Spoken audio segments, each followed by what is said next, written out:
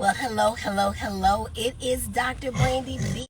Focus on It Friday. Welcome to Focus on It Friday. Oh my goodness, it is December the 16th. Friday, December the 16th. We are getting closer and closer to, Christmas. Tell me if you can hear me. I see Miss Kristen Reed is watching. Tell me if you can hear me, Miss Reed, so I will know if I am being picked up. Yes. Come on in. We've got Miss Kristen Reed, Miss Trisha King. Hello. Let me know if you can hear me. Can you hear me? We don't want to do this whole show and nobody gets to hear it, because I think that this is some good stuff. Oh my goodness. I'm so excited to be here. Can you all hear me though? Can you all hear me? Oh my goodness, I am so excited. We've got Miss Luella Marbury here. Can you hear me? Let me know if you can hear me. Miss Patricia Pruitt is watching. Good afternoon. Beautiful. Hello, Miss Cox. Let me know if you can hear me. Oh my goodness, I can hear you. Yay. All right. Yes. All right. It is Friday, guys. It is December the 16th. That means that we are only 9 days away from Christmas. Oh my goodness. Guess what? I have done so little shopping that it is just almost embarrassing, but it's what I do every year, so guess I'm not too embarrassed about it, but it's me. Everybody gets a gift and they all seem happy, so it seems to be working. Yes, Miss Vicky Juarez, thank you for joining. Miss Kristen Reed says good afternoon. Good afternoon to you as well. We're going to let about 4 more people come in, and then we're going to jump right into it. We're talking about the gift of hope. Hello, Miss Pruitt. She says good afternoon. Good afternoon. Yes, so we're talking about the gift of hope today. So during this Christmas season, we talked about the gift of joy. We've also talked about the gift of peace last week. And today we're going to talk about the gift of hope. Next week we're going to end it with the gift of love. The gift of love. Elizabeth Alford, thank you so much for joining. We just need one more person, and then we'll go ahead and jump right into it. So glad that y'all are here with me on this sunshiny day. Such a beautiful day. Miss Kelly Webb Esquire is passing by. Hello. All right, we'll go ahead and get started with today's show. I am Dr. Brandy B., your triple board certified pediatrician, adult psychiatrist, and child and adolescent psychiatrist. I am the author of the best-selling book, Shine, Understanding ADHD So Your Child Can Be a Star. And I am the host of Focus on It Friday, right here where you are, which airs every Friday at noon Central Standard Time. Noon-ish, we'll just say. All right, so Miss Marquitha Black, welcome. Miss Lucy Turner, welcome. Kelly says, hey girl. And I think that we've spoken with everyone else. So past couple of weeks, we've been talking about the gifts of Christmas time, right? Because at Christmas time, we give gifts. And so today, we are going to follow up our gift of joy, which was 2 weeks ago, our gift of peace, which was last week, and now the gift of hope, All right, and so why do we want to talk about hope? We want to talk about hope because in today's world, there are so many people that are without hope. And what is hope? Hope is that thing that we look to that tells us tomorrow is going to be better than today. It is that thing that tells us, don't give up, keep going, it's going to get better. And so when one loses hope, it is quite easy to say, oh, the heck with it all. I'm not going to worry about it. It's not going to get better. I don't even want to do any more towards it getting better. I'm throwing in the towel. And that may mean with your job. That may mean with your marriage or other relationship. That may mean with raising your children. And for some, giving up hope may mean that my life is not going to get better. And so I am going to throw in the towel on life. Hello, Auntie Julia. She says, hello, everyone. So let's go ahead and get started. Y'all know I like a good acronym, honey. Somebody said people using all these acronyms. Well, you just figure out what it means and make it work for you. And that's what we're going to do over here. So our H is going to be for high stress. High stress. Now, there are a lot of us that live in stressful situations. That was one of them I just encountered right then. You look up, you see a car, and you're like, oh my God, they're stressed. So that lets us know right there that there's good stress and there is stress that's not so good, right? So all that stress is an event, a person, a place, a thing, a situation that then causes you to have emotional, physical, or psychological symptoms, right? So when we're talking about what is a stress can be anything. Like I said, it could be a person, it could be an event, it could be a situation. Sometimes situations are ongoing that can cause us stress. So for example, if your job is one that every week or every month you have a report that is due, then that could mean that monthly you would have a stress.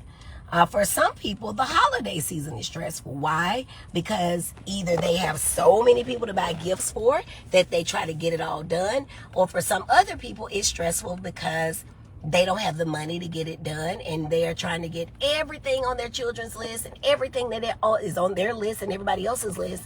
And so instead, they find themselves in a stressful situation. And then there are ongoing stressors. For example, if someone is in a domestic violence relationship, or if someone has a child who is giving them trouble, that could be something that is ongoing. Or even if you have a child who has, for example, ADHD. And so you never know when the school is going to call. And so that is a stressful situation, an ongoing stress that could be intermittent, right? They could call you every day, or they could call you no days, but because you're just sitting on the edge waiting, it could be a stressful situation.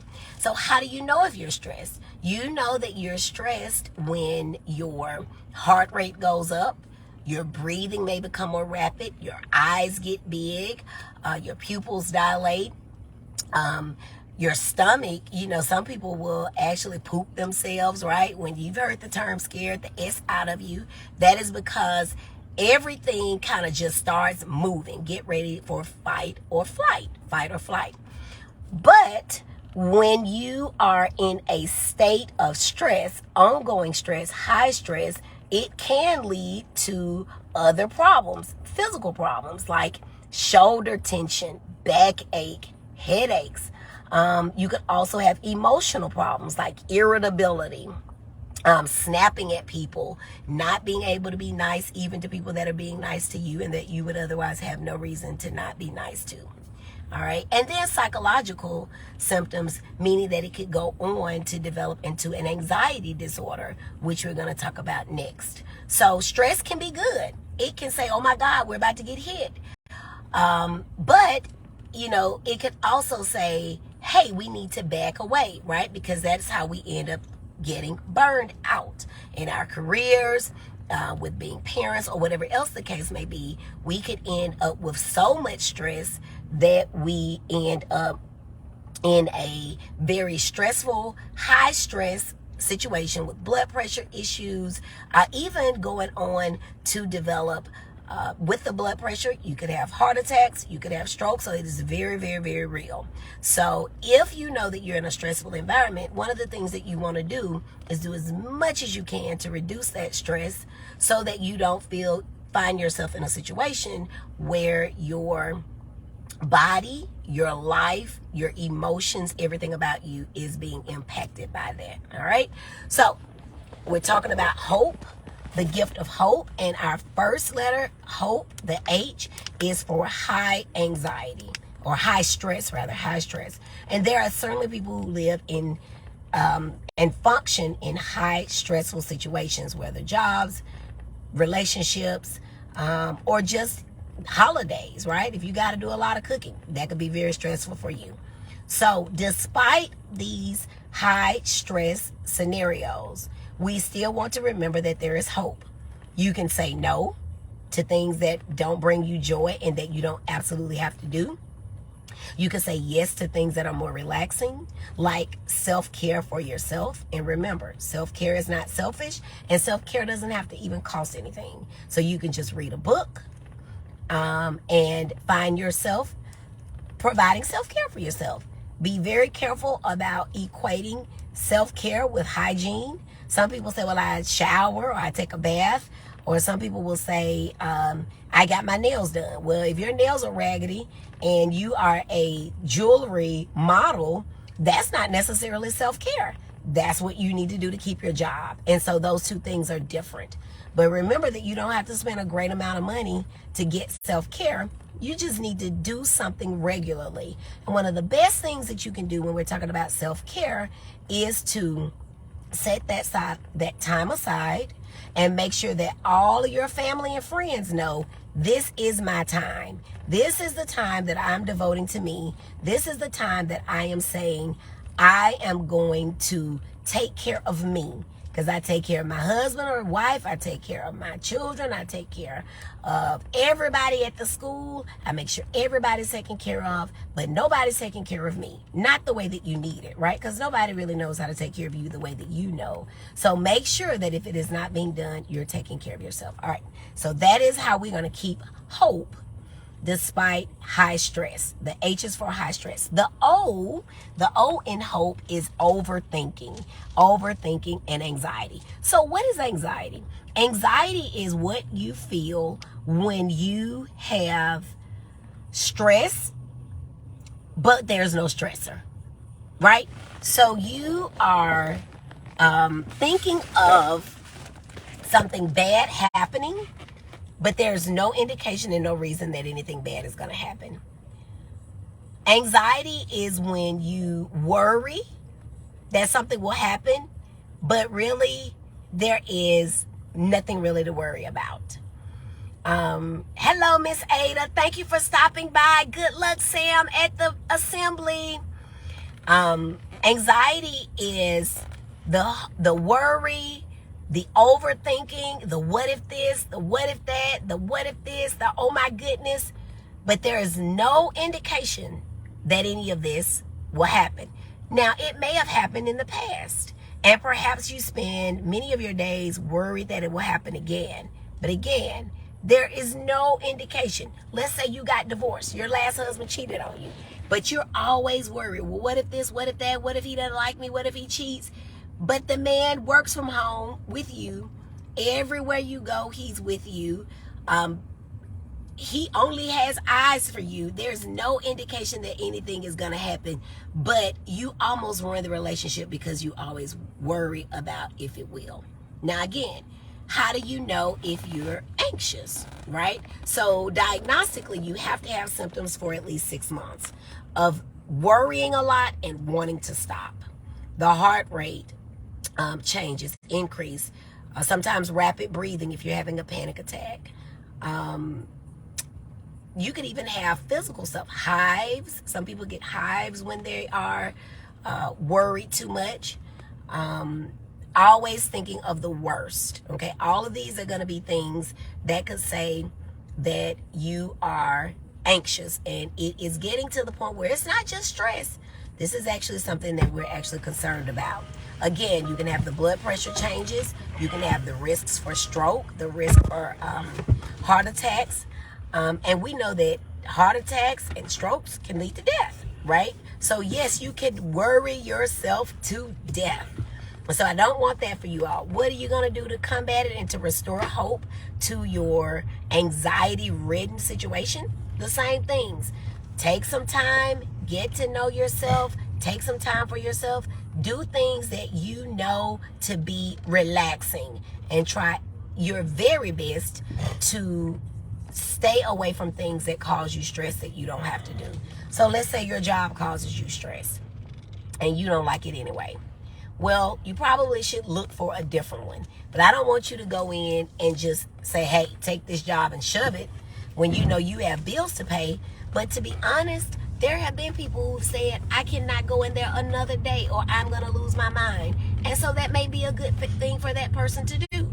Only they know how much they can handle. But certainly we find situations where job shootings and things of that nature happen. Snapped, right? TV show where these women and men can't take anymore in their relationships and they snap. Snap has existed as a TV show for so many years because people are stressed out. People are stressed out. People are anxious. People are overthinking. People are concerned. Now, unlike with just stress, if you have something anxiety related, there could be the need for medication, right? Therapy is always, remember, going to be a good option, but sometimes you need something to help you get through the stressful situation. And that may be, in addition to your therapy, your medications. So if that is something that you feel that you're needing, or if you feel that you are all the time overwhelmed, thinking the worst, backache, neck ache, shoulder ache, can't get any better, can't find relief, just always uptight, on edge, can't seem to relax, that may be something that may be helpful for you to help you get that hope back. Because again, when you are in a state of worrying, what you said is that I've lost hope that the thing is going to turn out okay, so I'm going to continue to worry about it. Okay, so we're talking about the gift of hope, and we've talked about high stress levels, right? We've talked about overthinking and anxiety, and then the P in hope is for a pessimistic attitude. Now, y'all know I have to make these acronyms work, right? Have to make the acronyms work. So we don't necessarily mean that anybody who is depressed is choosing to be that way. It's just that pessimistic means down, negative, not thinking in the best light. And so many people who are depressed, again, feel hopeless. That's one of the criteria. Worthless, have thoughts of death or thoughts of dying. These are people who are going to have problems sleeping. These are people who are going to have problems eating, either eating too much or not eating at all. People who are depressed may not even use that word, sad, depressed, or down, but their friends may. And their friends may notice that they don't want to do the things that they wanted to do. So that could be another way that we know that a person is depressed. Now, what does depression look like? It looks like anxiety. People walking around every day and you don't even know it. They can barely eat, they can barely sleep, they are worried to death, but they're still coming to work and functioning. It's just that if you were to check their blood pressure, for example, it might be sky high. They cannot seem to be able to catch their breath because they're always worried about what's going to happen in the next moment with the anxiety person. And then the person who is depressed may not feel that things are going to get better, right?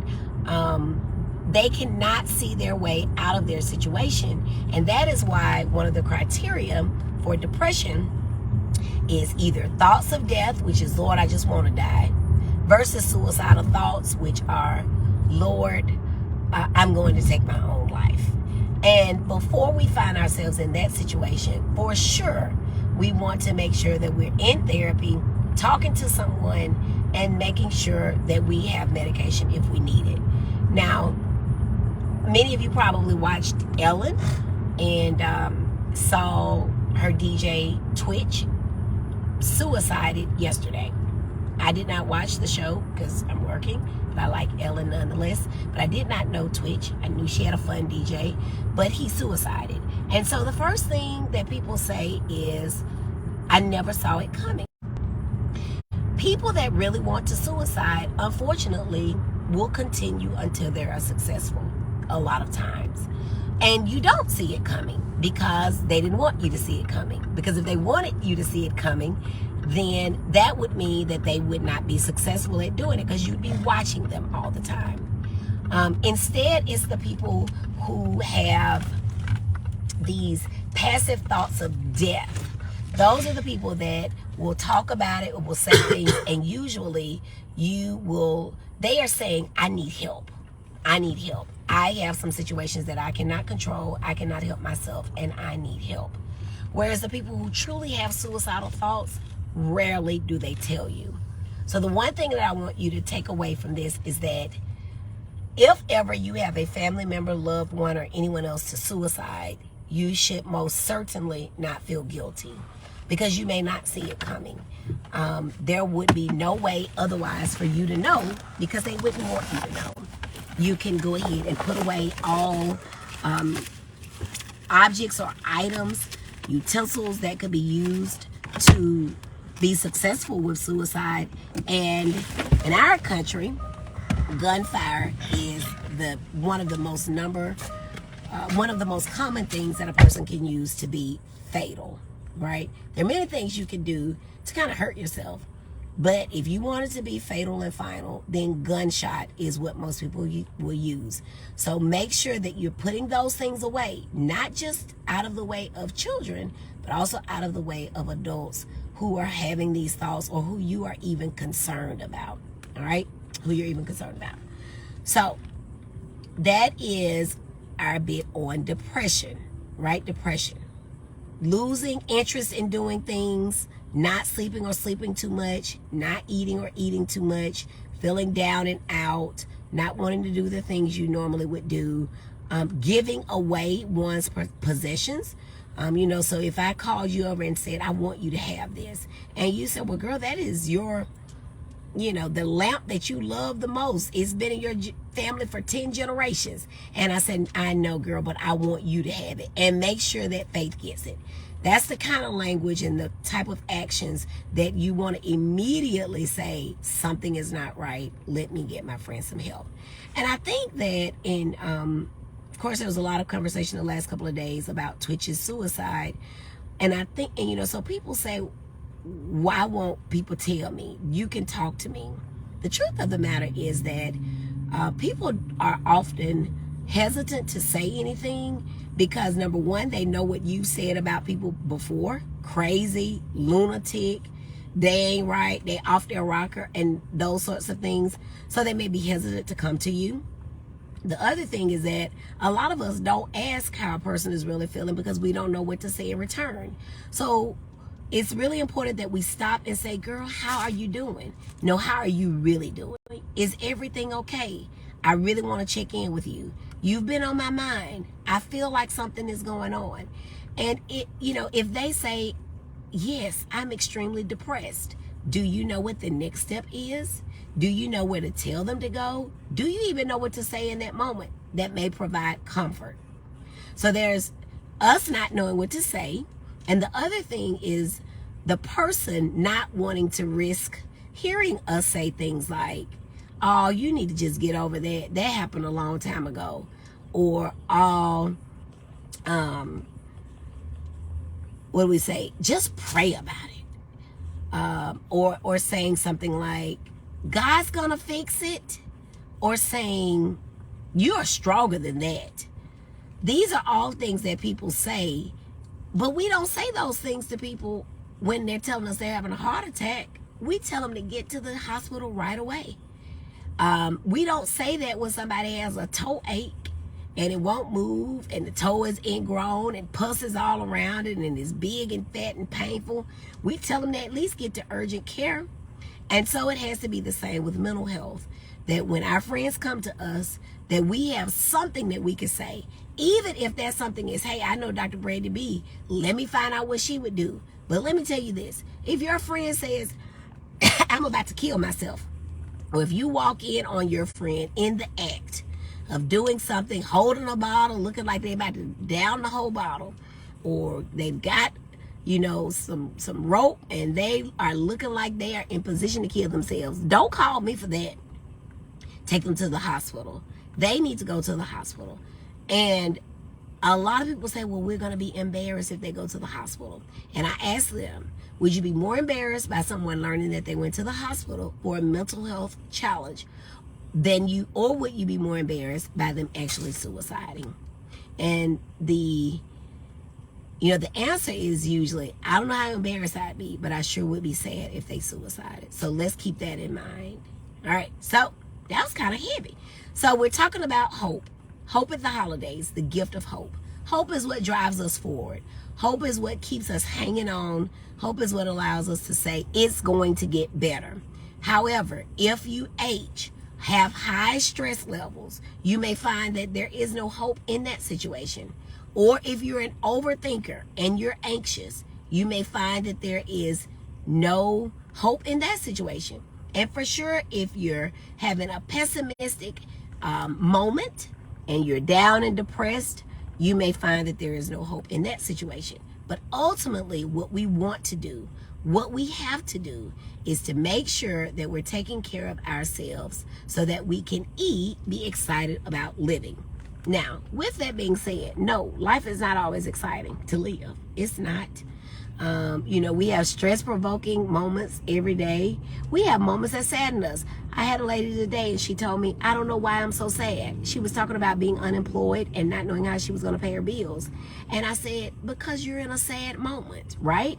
But there is still as long as you're still able to find some hope, to find those beacons of light, those moments of hope, then everything is going well.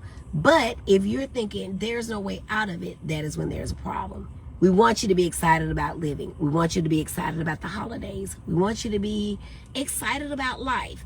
But understand that moments will come, things will happen, people will die, jobs will go, opportunities will be lost.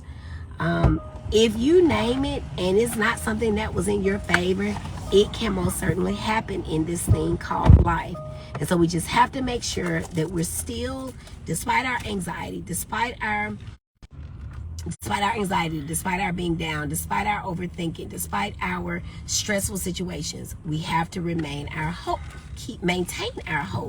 and remain hopeful so that we can get to the part of life where we're actually enjoying it.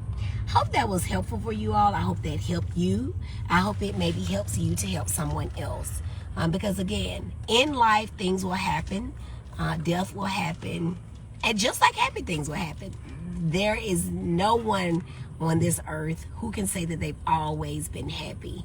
And if they have, and if they truly have been always happy, I just tell them to hold on. Something will happen. And that's not to be negative. It's just reality, right? Jesus wept, so we all will at some point too. Hopefully, though, we can make it a temporary thing that we can then grow from, learn from, and learn to be excited about. So I hope you all have enjoyed this Focus on It Friday today. Again, definitely not a topic any of us want to talk about, but it is 100% a topic of us that each of us encounters. Remember that 1 in 5 people has a mental illness, right? And there are 17 of us on this call. And so that means that if 1 in 5 has it, there are at least 3 to 4 of us on this call who has a mental illness. Is it you? Is it you? And if it is you, are you taking care of it? Or are you just continuing to sweep it under the rug and act as if nothing is happening? That is the absolute worst way to handle it, as that will catch up with you and it will make for an outcome that nobody wants. All right.